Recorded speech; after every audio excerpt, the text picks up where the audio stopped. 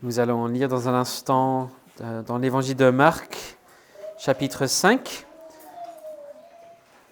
à la page 1120. 1120.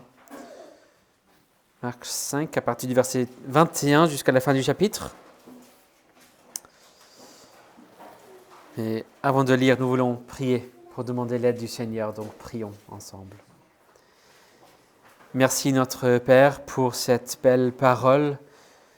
Nous prions maintenant que, par ton esprit, que tu nous parles, que tu nous aides à voir la gloire, la beauté de Jésus-Christ, que tu nous ouvres les yeux ce matin pour voir sa gloire, pour le saisir par la foi, pour que nous puissions être unis à lui et sauvés, pour que nous puissions continuer et poursuivre dans cette vie avec Jésus.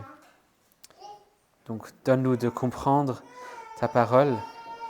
Sinon, comme nous le prions très souvent, nous te prions que tu nous enseignes ce que nous ne savons pas, que tu nous donnes ce que nous n'avons pas, et surtout que tu fasses de nous ce que nous ne sommes pas. Et nous le prions au nom de Jésus-Christ. Amen.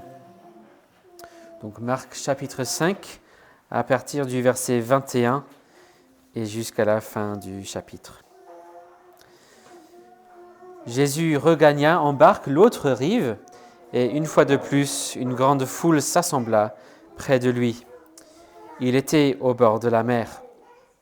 Alors vint un des chefs de la synagogue, nommé Jaïrus, qui le vit, se jeta à ses pieds et le supplia instamment, en disant « Ma fillette est à toute extrémité.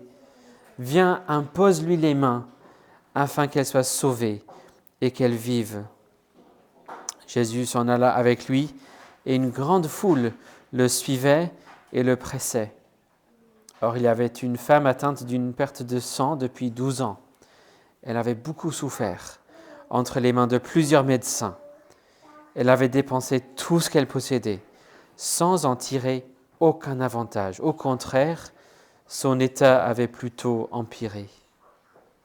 Ayant entendu parler de Jésus, elle vint dans la foule, par derrière, et toucha son vêtement.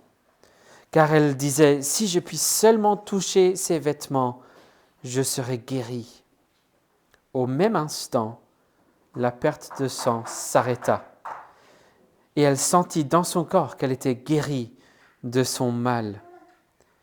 Jésus ressentit aussitôt en lui-même qu'une force était sortie de lui.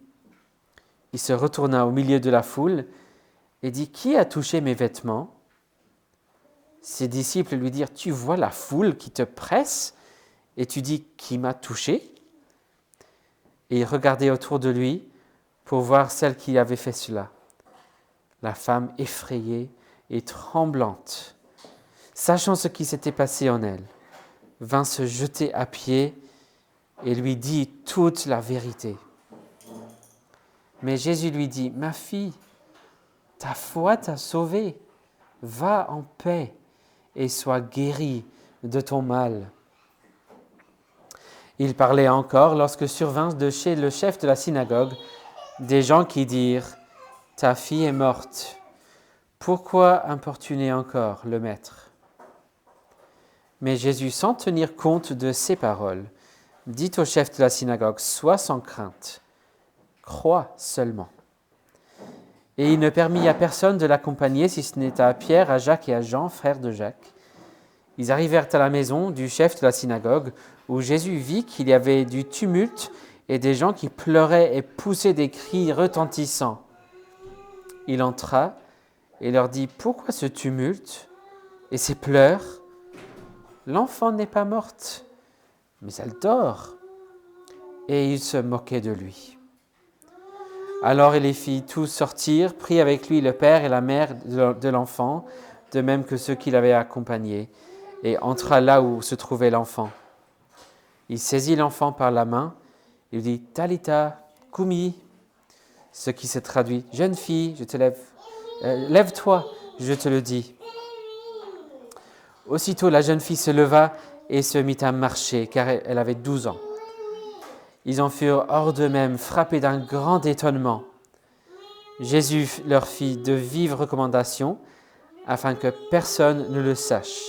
Et il leur dit de donner à manger à la jeune fille. L'herbe sèche et la fleur se fanent, mais la parole de notre Dieu subsistera éternellement. On a ici une très belle histoire avec plein de personnages différents et ces gens disent des choses différentes. Chacun a quelque chose à dire et il se peut que nous ici, nous pourrions nous associer avec différents propos ou au moins les comprendre d'un certain sens. Certains pourraient compatir avec le cri désespéré de Jairus, d'autres avec le tourment de cette expérience d'une maladie chronique et le fait d'avoir essayé toute une série de médecins, de solutions sans le moindre résultat positif. Peut-être d'autres encore s'associeraient avec les disciples au verset 31 qui trouvent ce que dit Jésus, que, c'est parfois bizarre quand même. Tu as toute une foule qui presse et tu demandes qui t'a touché, des gens qui trouvent Jésus vraiment bizarre.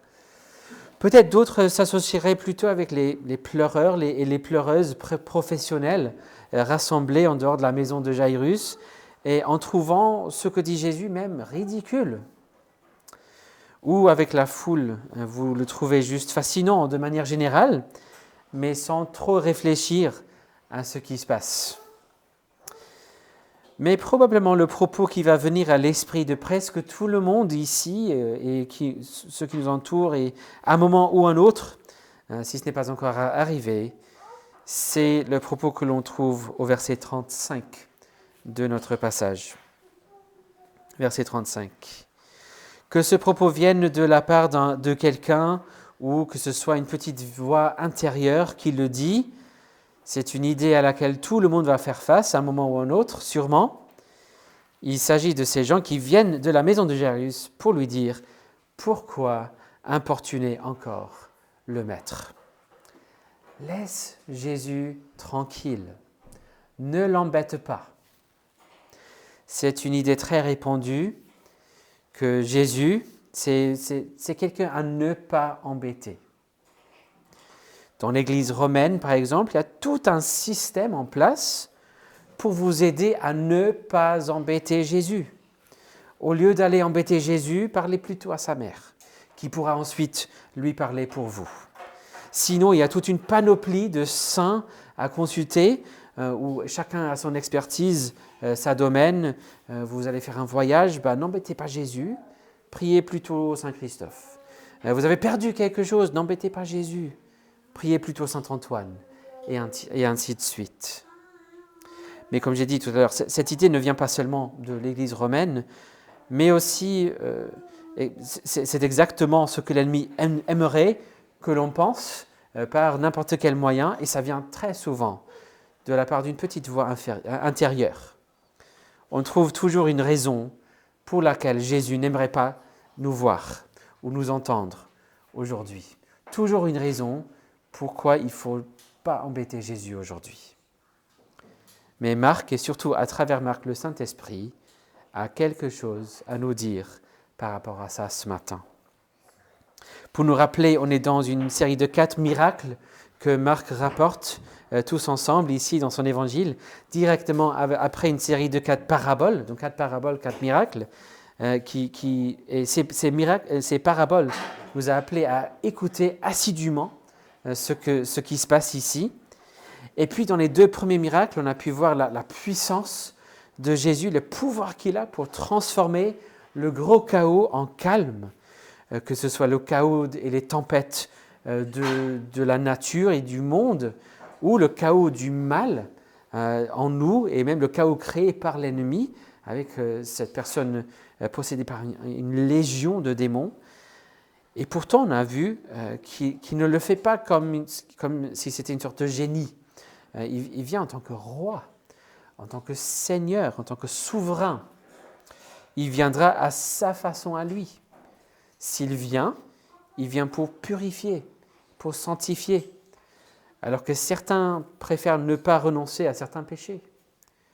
Il vient dans sa sagesse qui nous dépasse Et parfois, il fera et permettra des choses que nous ne comprendrons pas, peut-être jamais dans cette vie. Alors que certains refusent de reconnaître l'autorité, la supériorité d'un autre. Et les gens, ils veulent insister sur le fait de tout comprendre maintenant, sinon je ne l'accepte pas.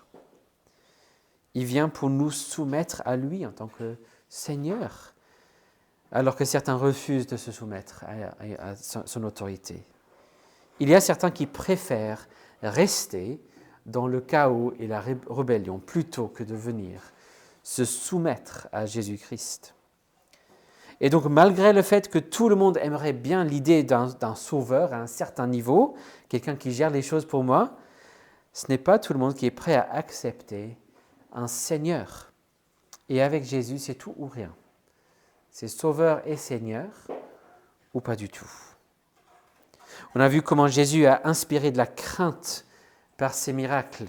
On a vu plusieurs fois, ils ont craint une grande crainte.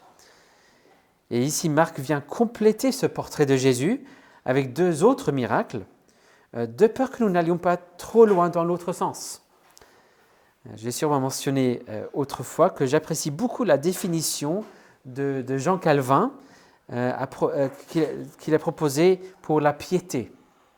La piété, pour Jean Calvin, c'est le fait de craindre Dieu en tant que Seigneur et de l'aimer en tant que Père. Craindre Dieu en tant que Seigneur, aimer Dieu en tant que Père, et les deux ensemble. Ou comme dans la citation du Monde de Narnia que j'ai partagée la semaine dernière, Aslan étant un lion, il est bien évidemment dangereux, mais il est bon, il est le roi. Donc c'est Monsieur Castor qui explique que oui, c'est dangereux, mais mais il est bon. Et dans un sens, ces 2 miracles viennent souligner l'aspect de la bonté de Jésus. Là où on pourrait voir peut-être un peu le danger de Jésus, là on voit la bonté de Jésus. Marc veut nous montrer avec cette belle histoire combien Jésus est vraiment aimable, non pas seulement à craindre. On l'a noté avec d'autres passages déjà dans Marc, mais on a ici un exemple très clair de ces sandwichs que Marc aime employer dans ses livres. Là où il met 2 histoires, avec l'une au milieu de l'autre. Ça se trouve que l'histoire est arrivée au milieu de l'autre, donc Jairus arrive, puis la femme, et puis ils vont chez Jairus. Mais c'est un sandwich où il y a les 2 histoires, les 2 miracles, qui s'interprètent mutuellement. Et surtout, l'histoire au milieu du sandwich explique et interprète le reste. Et ces 2 histoires ont plein de points communs. C'est l'histoire de 2 filles dans un sens. La fille de Jairus, et Jésus appelle la femme « ma fille ». La fille avait 12 ans, la femme avait souffert 12 ans. On a 2 personnes qui se jettent aux pieds de Jésus. On a en même temps énormément de différences entre les 2 histoires aussi. Il y a sûrement plein de choses que l'on pourrait discuter par rapport à ce texte, mais ce matin, on peut simplement constater 8 encouragements d'aller embêter Jésus, aller voir Jésus. Ou on pourrait le dire ainsi, on a 4 choses que vous devez savoir à propos de vous-même, et puis 4 choses que vous devez savoir à propos de Jésus. Donc 4 choses à propos de vous-même, 4 choses à propos de Jésus. Donc commençons avec ces 4 choses que vous devez savoir à propos de vous-même. Première chose, vous n'êtes pas trop grand pour venir à Jésus.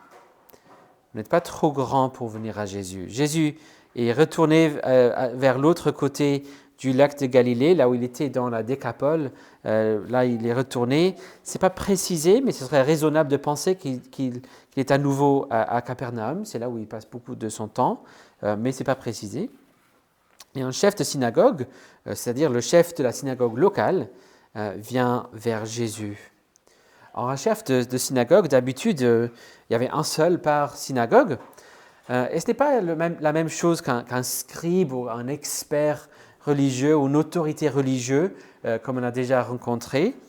Mais ce n'est pas rien non plus. C'est peut-être un peu comme un ancien d'église. Il avait un rôle d'administration et d'organisation, mais aussi un certain rôle spirituel aussi, dans le sens où c'était à lui d'organiser qui devait lire et enseigner chaque dimanche. Et donc, il devait veiller à la fidélité de l'enseignement donné par les différentes personnes chaque semaine. Donc, quand même une personne assez importante dans la ville, une figure respectée, importante dans la ville.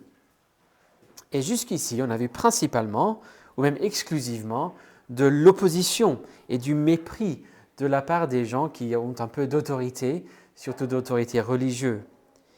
Et voici qu'un chef de synagogue vient vers Jésus et se jette à ses pieds pour lui supplier de venir toucher simplement sa fillette pour la sauver.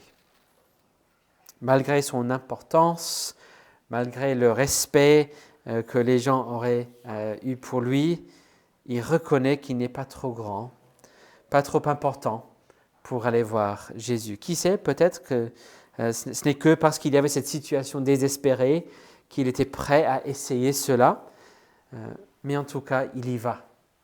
Et peut-être les gens qui l'encouragent à ne pas embêter Jésus pensaient « mais quand même, tu es trop important pour lui ». On ne sait pas, mais il y va. La deuxième chose, donc vous n'êtes pas trop grand pour aller voir Jésus, mais aussi, deuxième chose, vous n'êtes pas trop petit pour aller voir Jésus. Vous n'êtes pas trop petit pour aller à Jésus. Jésus ne dira jamais que quelqu'un n'est pas assez important pour lui. Clairement, cette femme, dans l'histoire au milieu, cette femme qui avait souffert cette perte de sang depuis 12 ans, qui avait dépensé tout son argent pour chercher une solution. Clairement, elle se croyait trop petite, trop insignifiante pour aller voir Jésus face à face. Elle ne voulait pas embêter Jésus. Elle ne voulait pas aller le voir, lui parler, lui demander quoi que ce soit. Elle a voulu simplement essayer d'aller derrière, toucher ses vêtements le plus discrètement possible, juste pour qu'elle soit guérie elle-même, et puis elle pourrait rentrer. Et plus tard, quand Jésus cherche à savoir qui c'est, elle est totalement terrifiée. Verset 33, effrayée, tremblante. On peut presque sentir ce qu'elle ressentait. Elle était terrifiée. Marc nous dit pas simplement qu'elle a expliqué la situation à Jésus, il dit elle a dit toute la vérité. C'est comme si c'est une confession. C'est comme si elle a l'impression d'être dans une interrogation et elle craque, elle confesse tout, comme si elle avait fait quelque chose qu'elle n'aurait pas dû faire. Elle dit toute la vérité. Elle ne voulait pas embêter Jésus, elle voulait simplement être guérie, être sauvée, être guérie de son mal, verset 29. En fait, là, au verset 29, et le mot également au verset 34, on pourrait également traduire guérie de son tourment. Ce n'est pas juste le mal, mais son tourment. Elle voulait simplement être guérie et puis laissée tranquille.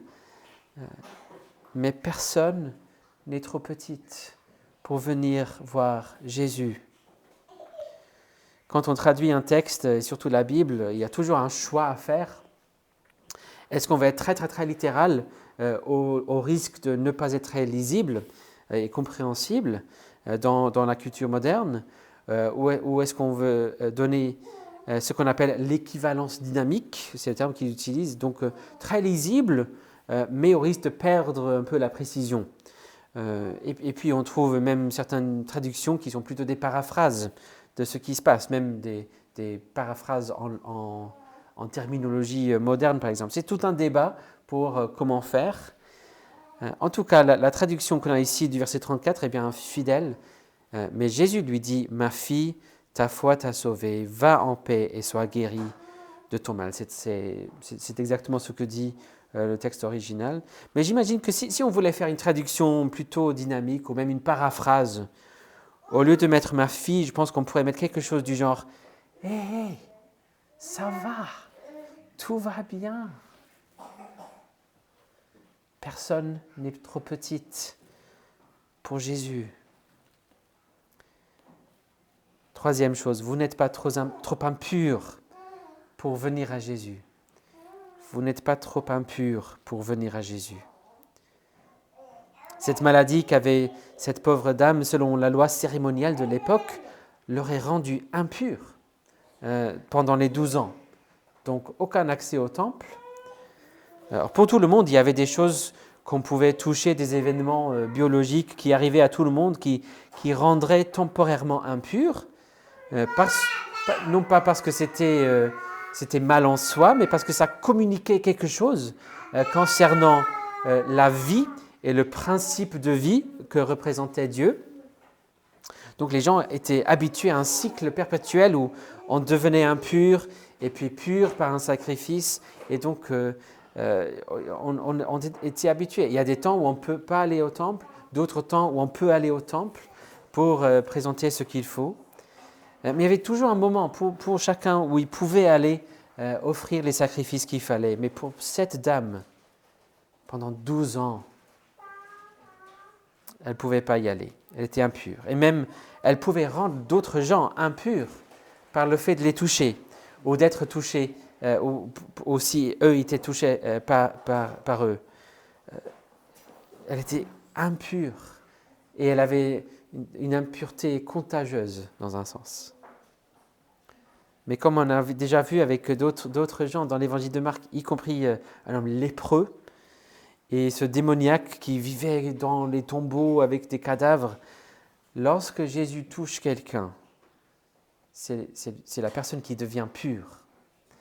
C'est la pureté de Jésus qui est plus contagieuse que l'impureté de n'importe qui. Mais si vous croyez que vous êtes allé trop loin, que vous avez trop péché, vous êtes trop impur pour Jésus, ce n'est pas le cas. Venez, prenez le risque de l'embêter. Dites-lui toute la vérité. Il peut le supporter, il veut l'entendre. Et vous verrez que vous serez sauvés par la foi et guéris de votre tourment. Donc vous n'êtes pas trop impur pour venir à Jésus.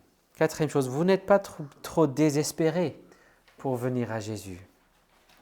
Vous n'êtes pas trop désespéré pour venir à Jésus. Une fois que la fille était morte, les gens viennent pour dire à Jairus, c'est trop tard, c'est plus la peine. C'est pas la peine d'embêter Jésus pour ça. C'est trop tard, c'est trop grand, c'est trop désespéré. Il n'y a plus d'espoir. Jésus peut nous aider jusqu'à un certain point, il faut faire certaines choses, il peut peut-être améliorer la vie de quelqu'un avec la vie terrestre actuelle. Et pourtant, au-delà, c'est trop tard, on finit tous au même endroit. Et pourtant, non. Personne n'est trop loin, trop désespéré pour Jésus. Donc quand ces gens viennent à Jairus, Marc utilise un mot au verset 36, et vous verrez dans les notes de bas de page, donc c'est le verset 36, vous verrez qu'il y a un petit O, je pense, voilà. Et donc vous pouvez descendre, et il y a aussi la possibilité de traduire, ou bien Jésus qui avait entendu cette parole à la dérobée. C'est des traductions possibles du même mot. C'est un mot ambigu. Donc soit il ne tient pas compte de la parole, il n'accepte pas la parole, soit il entend la parole à la dérobée. Deux traductions possibles de ce mot. Et en fait, cette ambiguïté, parfois il faut trancher quand il y a un mot ambigu, mais parfois l'ambiguïté est très utile et c'est fait exprès. Donc oui, il entend la dérobée, mais il ne veut pas tenir compte de ça. Il n'a pas le temps pour ça. Il veut ignorer cette idée qu'il ne faut pas embêter Jésus.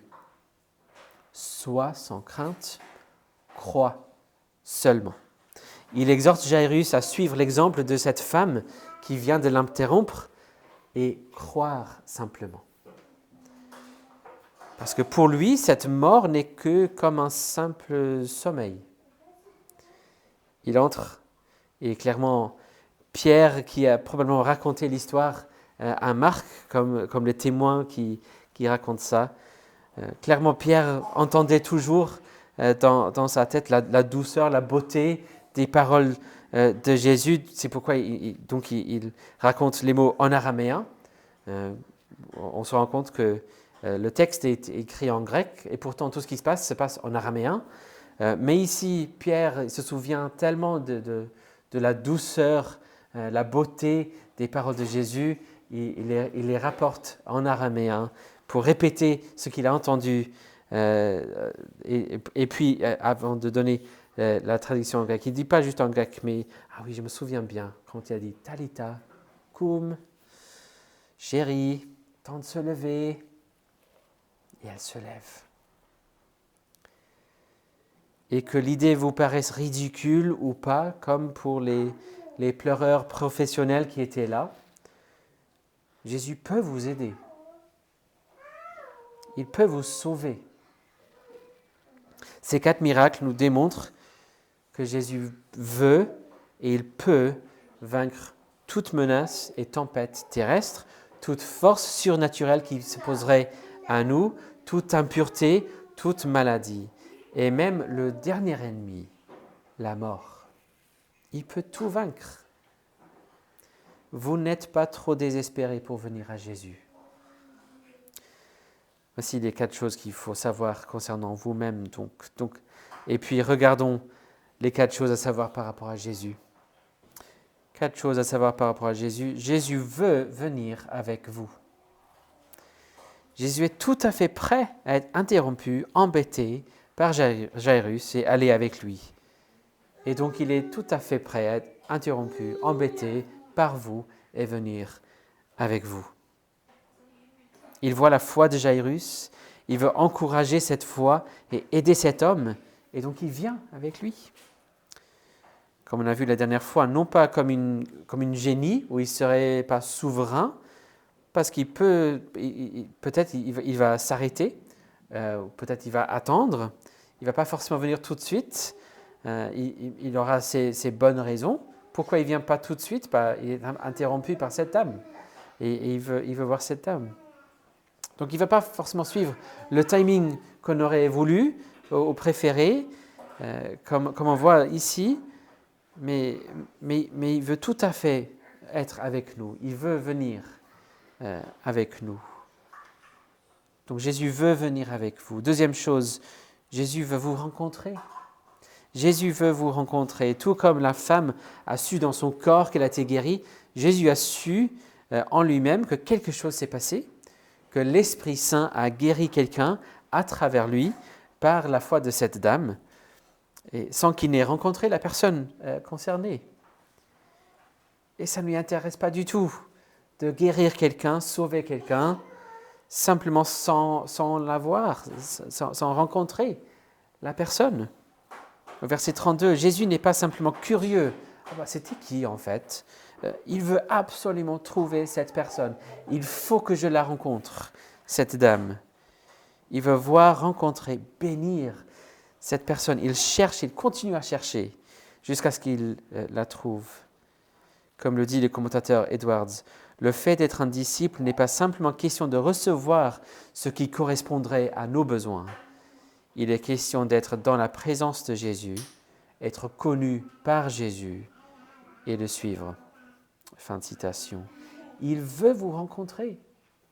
Ça lui intéresse d'entendre toute la vérité de votre part.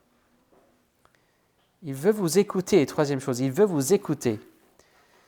Jésus a voulu entendre toute la vérité de cette femme. Il ne supporte pas ces gens qui disent à Jairus de ne plus embêter Jésus. Il veut entendre ce qui vous pèse, ce qui vous embête, ce qui vous dérange, tous vos soucis. Il veut entendre le tourment que vous avez vécu. Jésus veut vous écouter.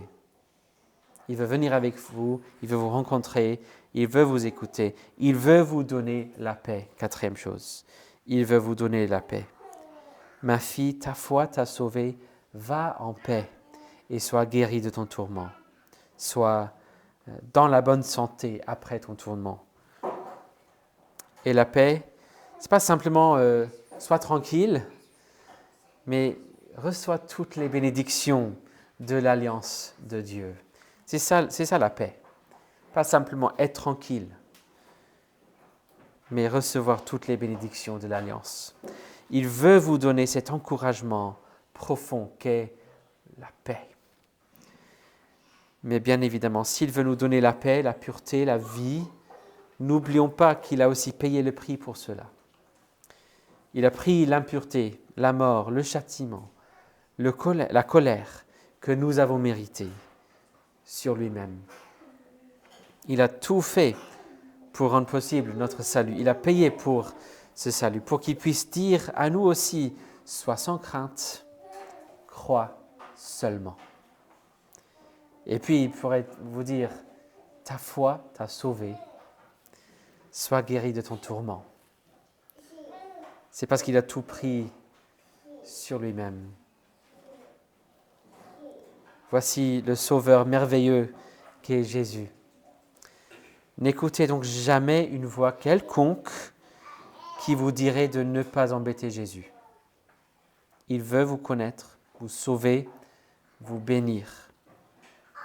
Oh, mais je ne veux pas qu'il ait à faire tout ça pour moi, j'aurais trop la honte. Qu'il ait à payer ce prix pour moi, non, je ne pourrais pas. Mais Jésus dit, venez, embêtez-moi. Donnez-moi votre impureté, donnez-moi votre désespoir, donnez-moi votre tourment. Je veux le prendre pour vous. Je suis là pour le prendre pour vous. Ne me laissez pas venir pour rien. Je suis venu justement pour faire ça pour vous. Donne-le-moi. Et puis pour nous qui le suivons déjà, qui le connaissons déjà, ça nous arrive aussi d'essayer d'éviter de l'embêter, n'est-ce pas? Oh, j'ai trop péché aujourd'hui. J'ai pas assez lu ma Bible aujourd'hui. J'ai le cœur un peu froid aujourd'hui. Je me sens un peu pas bien. Donc, bon, je ne vais pas embêter Jésus avec ça.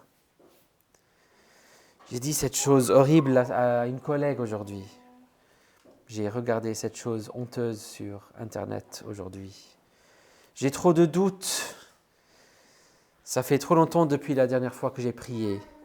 Donc, je ne vais pas embêter Jésus. Il veut que vous veniez. Il ne sera pas du tout embêté. Mais s'il faut, prenez ce risque de l'embêter. S'il faut cela. Il veut vous voir. Il veut vous donner sa paix, toutes les bénédictions de l'Alliance et sa pureté. Il veut être réconcilié avec vous. Mais notez ce qu'il dit. Il appelle les gens à la foi. Ce n'est pas simplement vous l'avez par défaut. Il appelle les gens à la foi. Notez aussi que vers la fin de ce texte, nous retrouvons ce thème que nous avions avant la série de 4 paraboles et miracles, cette idée de ceux qui sont à l'intérieur et ceux qui sont à l'extérieur. Il y a ceux qui doivent rester à l'extérieur. Dans la maison, il n'y a que la famille et quelques disciples. Ceux qui rejettent Jésus doivent rester à l'extérieur. Aussi, la foule doit rester à l'extérieur. Comme le dit le père d'Église Augustin, il y a peu qui le touchent par la foi, alors qu'il y a des multitudes qui le pressent. Oui, plein de gens qui trouvent très intéressant, plein de gens qui sont fascinés par Jésus, plein de gens qui veulent le presser, qui veulent être dans la foule. Mais peu de gens qui le touchent par la foi, qui viennent le saisir par la foi. Et donc on retrouve à la fin de cette présentation de ces 4 paraboles et 4 miracles, cet appel à nouveau. Êtes-vous prêts à croire Jésus et à vous confier à lui? Non pas vous confier à une idée que vous avez de lui, mais Jésus tel qu'il est vraiment, le Jésus de Marc chapitre 5, le vrai Jésus. Il vous a été permis de voir ce que la foule, qui trouvait Jésus assez intéressant, et les autres qui trouvaient Jésus ridicule, ce qu'eux, ils n'ont pas pu voir. Vous avez pu voir ce qui s'est passé dans la maison. Vous avez ici un aperçu de l'intérieur. Vous êtes donc sans excuse. Vous savez qu'il a toute cette puissance, tout ce pouvoir pour, malgré tout le désespoir qu'on a. Maintenant, vous le savez parce que vous avez pu le voir. Vous voyez ici Jésus dans sa gloire, dans son amour, dans sa compassion, dans son pouvoir. Croyez donc ce Sauveur glorieux, miséricordieux. Confiez-vous à lui. N'acceptez pas que l'on vous dise de ne pas l'embêter. Venez, soyez sans crainte. Croyez simplement. Amen. Prions. Notre Père, nous te remercions pour un tel Sauveur, un Sauveur merveilleux qui nous aime, qui ne veut pas simplement nous sauver et puis nous quitter, mais qui veut nous sauver et nous rencontrer et vivre en paix avec nous, en communion avec nous. Donne-nous, Seigneur, de ne pas avoir peur, oui, de le craindre avec le respect qu'il faut, mais de ne pas avoir peur et de croire simplement. Donne-nous de ne jamais écouter la voix qui dit « n'embête pas aujourd'hui ». Donne-nous de venir toujours et de dire toute la vérité. Et nous le prions au nom de Jésus-Christ. Amen.